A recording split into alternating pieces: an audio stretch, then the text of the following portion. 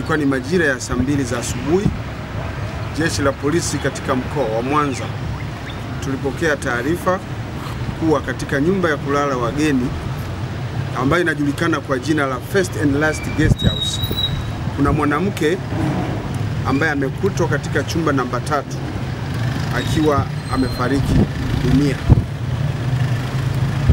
Jeshi la polisi baada ya kupokea taarifa hiyo, mara moja tulifika katika eneo la tukio ambapo ni eneo la Usagara katika wilaya ya Misungu.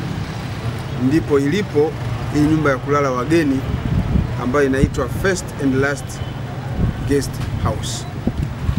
Baada ya kufika katika nyumba hiyo ya kulala wageni, ndipo uchunguzi ulianza mara moja.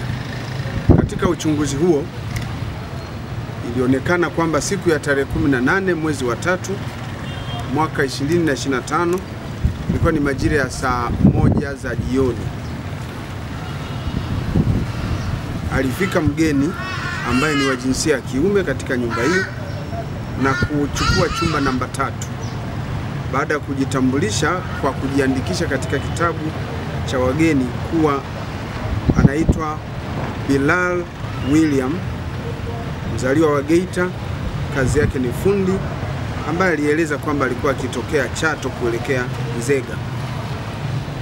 Mgeni huyo baada ya kulipa fedha aliweza kupewa chumba hicho namba 3 na hivyo kuweka mizigo yake. Mgeni huyo ilipofika majira ya saa 4 za usiku aliaga wahudumu katika hiyo nyumba ya kulala wageni kwamba anakwenda kutafuta chakula.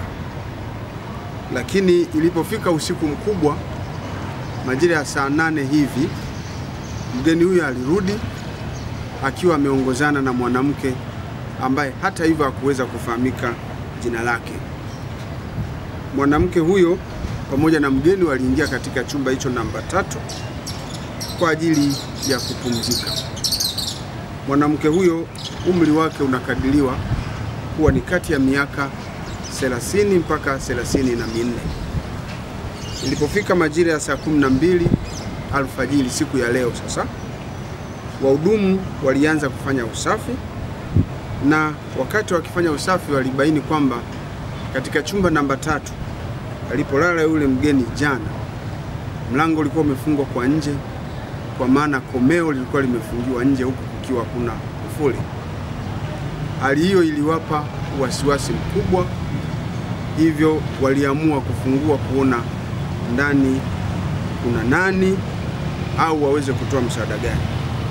Lakini walipofungua katika chumba hicho walimkuta mwanamke huyu ambaye aliingia na huyo mgeni usiku wa jana akiwa amefariki dunia, huku akiwa amefungwa kitambaa usoni, na walipomwangalia katika shavu lake waliweza kuona alikuwa na majeraha yanayoonyesha ni kama vile mtu amekwaruzwa na kucha.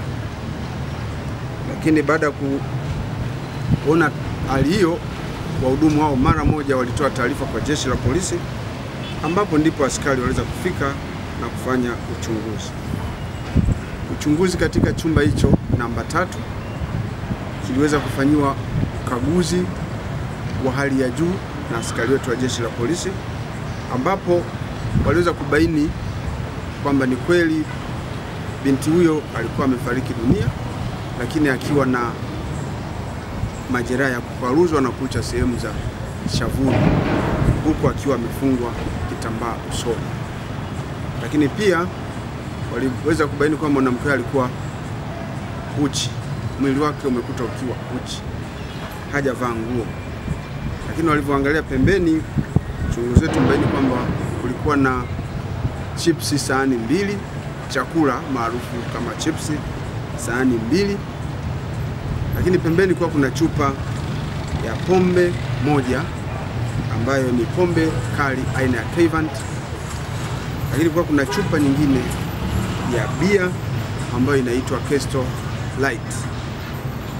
Baada ya kuona hali hiyo na kubaini kwamba binti huyo alikuwa tayari amekwisha poteza maisha, wameuchukua mwili huo jeshi la polisi na kuupeleka katika hospitali ya wilaya ya Misungwi kwa ajili ya uchunguzi zaidi. Binti huyo mpaka sasa hajaweza kufahamika, na huyo mwanamume aliyechukua kile chumba ametoweka. Jitihada za kumsaka mwanamume huyo zinaendelea, na jitihada za kuwajulisha watu mbalimbali waweze kufanya utambuzi kwa mwanamke huyo ambaye amekutwa amefariki pia zinafanyika.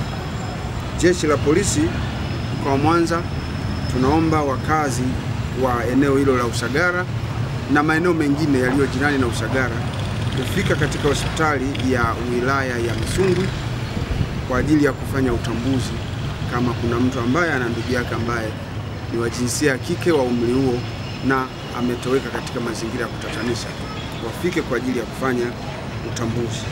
Lakini jeshi la polisi tunatoa wito kwa wananchi wote ambao wanaweza kawa na taarifa kwa namna moja au nyingine zitakazoweza kusaidia jeshi la polisi kumkamata huyo mtuhumiwa aliyechukua chumba namba 3 ili tuweze kufanikisha kazi hiyo.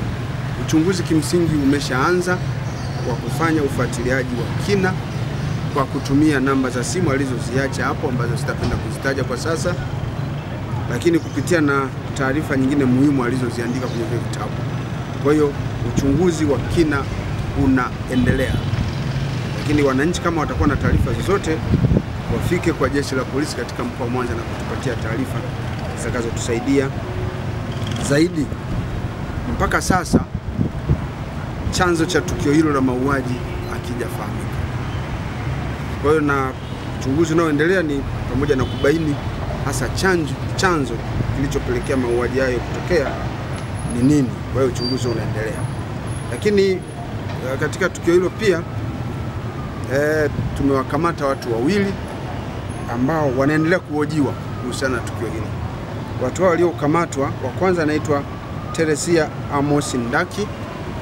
Huyu ana miaka 36, kabila lake ni Msukuma na kazi yake ni manager kwenye hiyo nyumba ya kulala wageni. Lakini wa pili ni Neema Mlele Koyanga. Huyu ana miaka 44, ni Msukuma, kazi yake ni mhudumu kwenye nyumba ya kulala wageni. Hawa wanahojiwa.